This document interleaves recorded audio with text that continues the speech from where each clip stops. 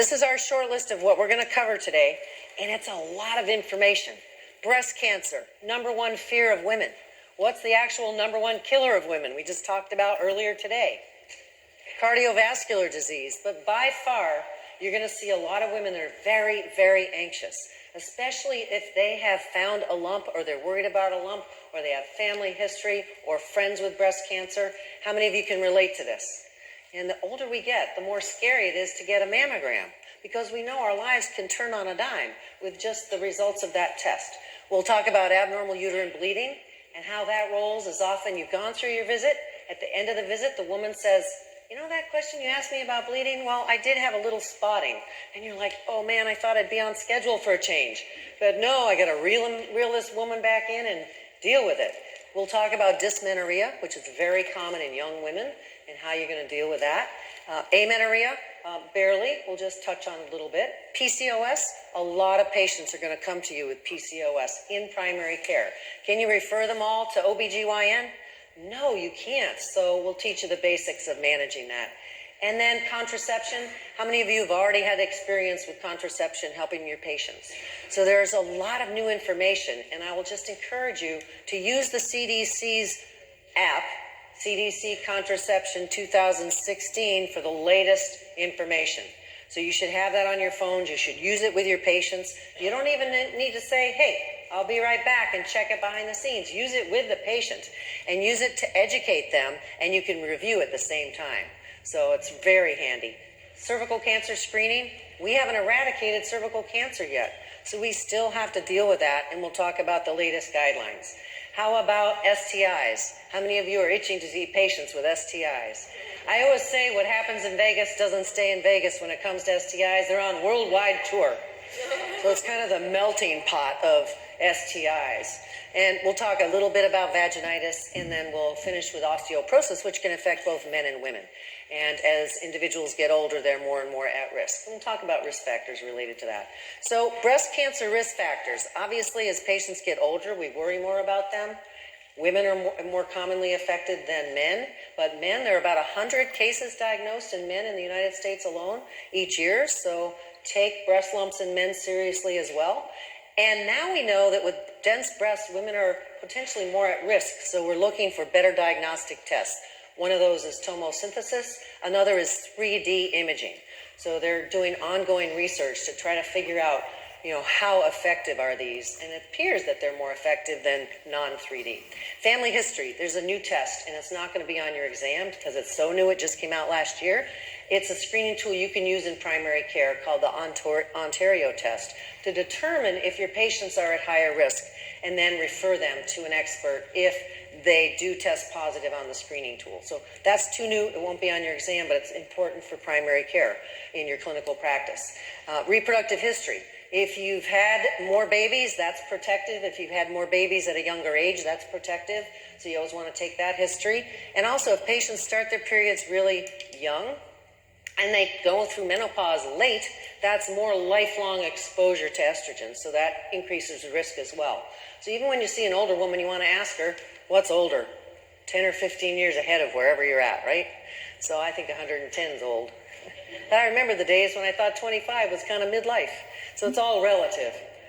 So we're always going to ask about estrogen exposure. The good news on estrogen medications, such as the birth control pill, is it doesn't look with the new low-dose pills like they increase risk for breast cancer. So that's a myth that dies slowly. You're still going to see young women that have been told by mothers and maybe grandmothers that they're at high risk because they're taking birth control pills. So it's up to you to kind of educate your patients and dispel these myths. This is the statistical chart that really is an eye-opener. By age 50, patients are about at risk 1 in 50 of developing breast cancer. That's why it's so scary as we get older to get mammograms. Ever risk is 1 in 8, so this is a real threat to a lot of women. And don't forget, guys, not so many numbers, but still significant. So my message to you is take every breast lump seriously. I don't care if they're in their 20s, in their 30s, take every breast lump seriously in your clinical practice. I've seen women in their 20s, women in their 30s with breast cancer, and sometimes it presents like a friendly lump, just a cyst, and it can turn out to be cancer. We just had a student in one of our classes about a couple months ago who had breast cancer twice in her 30s, and she found her own lumps. So when we hear the recommendations are, don't teach patients self-breast exam, don't do self-breast exam as a clinician, I would encourage you to treat every patient as though they're a friend or a relative. And if it will help them to identify their own lump by teaching them how to do their exam, and by you doing an exam and maybe identifying a lump that's there, it could save the patient's life. So always know that even if a lump seems friendly, as in non-cancerous, sometimes it's complex. So that's why ultrasound is so important. And so ultrasound is what we use in women under 30 because breast tissue is more dense when women are younger, under 30. So mammogram isn't as accurate in younger women, in this context, under 30. So it's first line also, ultrasound in women that are pregnant, because we don't want to expose pregnant women to radiation. So ultrasound is very helpful. And it helps us figure out if a breast lump is cancerous or non-cancerous when we do an ultrasound. So all of those things are important because you never know, there might be an exam question. And also you need to keep this straight in clinical practice. Mammography, we basically start when women are 30 or older. And 3D appears to be showing superiority over non-3D for mammography. And also tomosynthesis is looking like it's a great option for patients that have breast density. So interesting developments. Now screening. This slide and the content on this slide will not be on your exam. Why? You can put like a dotted X through it. Because the organizations don't agree. When the guidelines don't agree, it's not going to be on your exam. It's too confusing. You can't write a question. So for you to understand, though, the basic guidelines are to start screening, according to the American Cancer Society, in women in their 40s. The United States Preventative Services Task Force came out with really controversial guidelines a few years ago recommending screening start at age 50. Well, that caused everyone to gasp, especially the American Cancer Society, because when women develop breast cancer in their 40s, even though it's not very common, it can be more aggressive. So when you read between the lines of the United States Preventative Services Task Force, they do say you can start screening earlier than 50. So you can kind of almost help yourself come to a consensus with both sets of guidelines. So that's my message to you. It's probably good for you to follow the American Cancer Society guidelines that recommend starting women in their 40s. And if they're at all concerning, you can start at age 40. That's totally fine.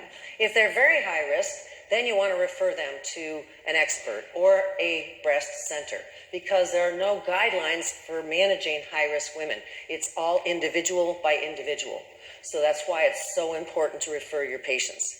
Now, high-risk women, the guidelines changed. JAMA had an article in it just a few months ago, and they're recommending that we in primary care administer the Ontario screening test, which will help you determine who's high risk and who should actually be referred for testing. So that won't be on your exam because it's brand new, it just came out. But it's important for you to just keep track of that, because that's going to be what you want to use in primary care. If it's positive, what are you going to do? Refer that patient to an expert or a breast center. Sometimes you don't have the option of a full breast center. So if you have any questions, just pick up the phone and get a consultation. Now, I wish we could keep talking a little bit more about that, but we've got to switch to abnormal uterine bleeding. And the way that I think about that is the older the woman, the more risk. But women with polycystic ovary syndrome, especially if they haven't been managed well over the years, can actually be potentially at risk for uterine cancer in their 20s. You're like, really? That's scary. Clinical practice is scary.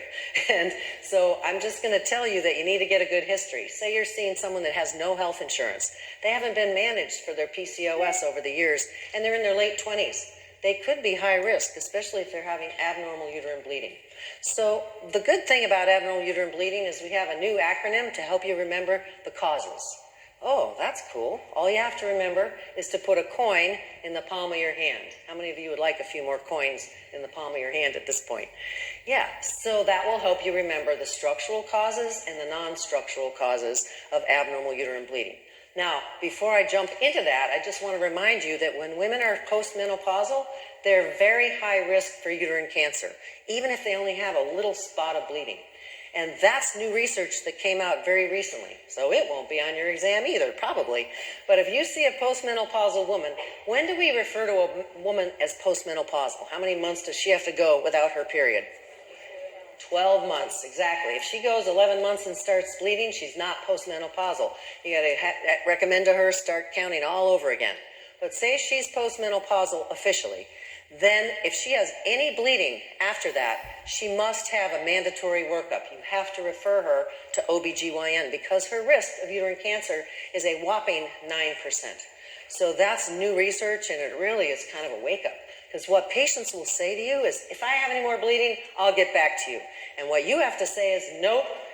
You want to say to yourself, you spilled the beans, you have to go to OBGYN for a workup. That's exactly what you have to do. And you have to make sure they went. Not that you just referred them. You need to make sure they went, they had the workup, you got the report back, and then you can kind of move on.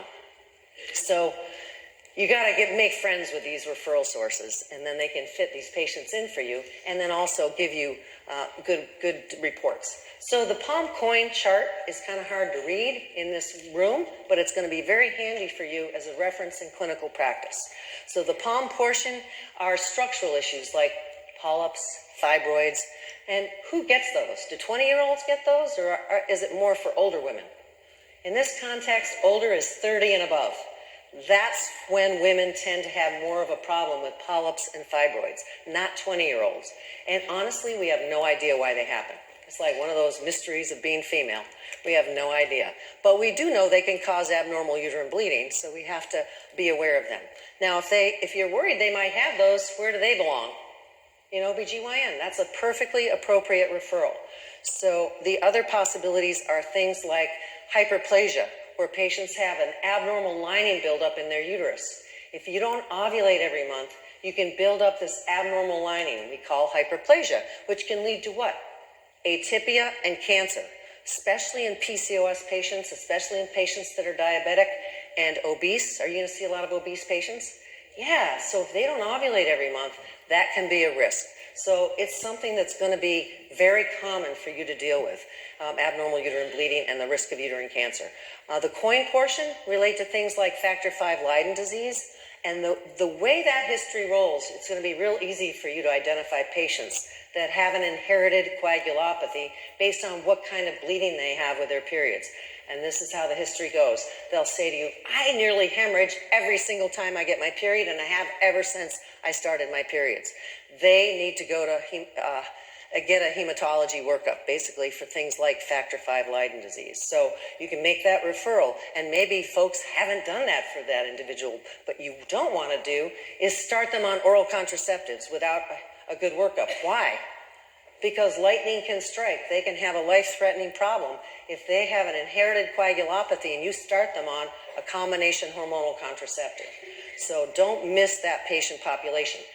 How long do we give them to kind of iron out the bugs in their pituitary hypothalamic ovarian axis? How long do we let them have kind of wacky periods? About 2 years from onset of menses, about 2 years. So those women can be really at risk for a lot of bleeding. So you give them some time. If it's gone by 2 years, then they probably need an OBGYN referral. So abnormal uterine bleeding is going to happen a lot in primary care, and you've got to kind of know what to do about it. When in doubt, refer them to OBGYN. You also, when they're under 25 years of age, what do you want to rule out? STIs, because they can present with abnormal bleeding and have gonorrhea, chlamydia, some kind of STI. So always kind of keep that on your radar. And speaking of that, patients are going to come to you, a lot of young patients, with dysmenorrhea. And sometimes they have a covert agenda. What might that be? Sometimes you have to disconnect them from the parents in order to get at this. Maybe they want contraception. Maybe they're already pregnant. Maybe they have STIs. So sometimes it's the overt agenda, but you've got to get at the covert agenda. How many of you have run into that already in clinical practice? So it's really important to disconnect them from the parental units and make sure you have a private conversation with them and make sure they know that you're going to honor their privacy. So dysmenorrhea is when they can't manage their menstrual cramps using Dr. Google, right? Because you know they're on Dr. Google trying to figure out how to deal with this. So you're going to see young people, and you're going to see folks that really need relief. So the good news is usually there's no pelvic pathology. So on an exam question, if you see primary dysmenorrhea and they're asking about fibroids or some other cause of secondary, that doesn't go with primary. Primary is just something that patients have when they're young that they usually grow out of with time. With secondary, that doesn't happen, and we'll go through that shortly. So it starts in adolescence usually. It improves usually within a day or two of starting your period, and often it improves with over-the-counter what? Over-the-counter NSAIDs, non-steroidal anti-inflammatory medications, especially if they're taken on a regular basis. And then what else do we usually get started along with an NSAIDs? Usually combination hormonal contraceptives. We get those going, and then after a few months, when their periods lighten up, then we can usually cut back on the use of the NSAIDs. So that's kind of how that works. Sometimes it takes a few months, sometimes it takes 6 months or longer. It really depends on the individual. So what do we mean by improves with parity? What's that all about? That means if you have babies, then it tends to improve, especially if you have babies pass through the cervix. Because once an 8-pound baby's come out, pretty easy for a little bit of blood to come out. So if a patient has not dilated, she's had a C-section, it doesn't have the same effect as if she's had a full vaginal delivery with full cervical dilation. So usually with age, it improves as well. But with secondary, that's not the case. With secondary, often what you see is they're okay for a few years, sometimes even a decade, and then with every period, they seem to be getting more and more pain. More and more pain to the point where maybe they're having trouble working, they have trouble sleeping, and it's really interfering with their life. And so what you're going to often see is when the pain gets really bad, what happens? Nausea, vomiting, diarrhea, that can happen with primary as well. The whole reason to get medication on board as soon as possible is to prevent what we call the prostaglandin storm. So excessive prostaglandins are what cause the abnormal pain. You have to have some prostaglandins to cause the uterus to contract. But when there are too many, that can cause excessive cramping and pain and lead to what we call a prostaglandin storm, which can then be associated with nausea, vomiting, diarrhea. If you're trying to pass your boards and you're sitting in front of a computer terminal and you've got really severe cramping, is that going to be hard to deal with? Heck yes. So you can imagine young people trying to go to work and school and manage their lives when that's going on. So the earlier we can intervene, the better. With secondary, if you're not able to help the patient with the interventions you use for primary, where do they belong? OBGYN, exactly, and they're going to be very happy to see these patients. So don't hold on to them too long. Now, sometimes there are other causes besides endometriosis, which by far is the #1 cause of secondary dysmenorrhea. Sometimes they have PID, so you're always going to check for that, and we'll talk about it a little bit more in the STI lightning round this afternoon, late in the afternoon. Who's looking forward to that? STI Jeopardy. How fun is that? Everything you're itching to know. We'll have fun with that.